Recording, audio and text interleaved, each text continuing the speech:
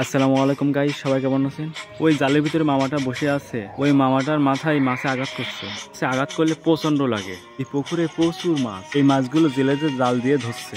জেলেরা এইসব জাল দিয়ে সাগর, মহাসাগর, নদী নালা, খাল বিল থেকে মাছ সংগ্রহ করে সেই মাছ বাজারে বিক্রয় করে জীবিকা নির্বাহ করে।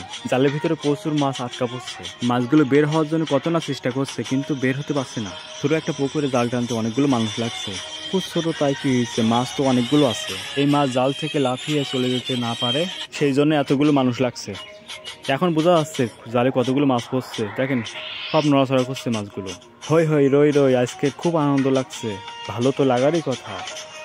এখন জালটি ধরে ঝাঁকি দিচ্ছে। জালে প্রচুর কাদা আটকাই গেছে।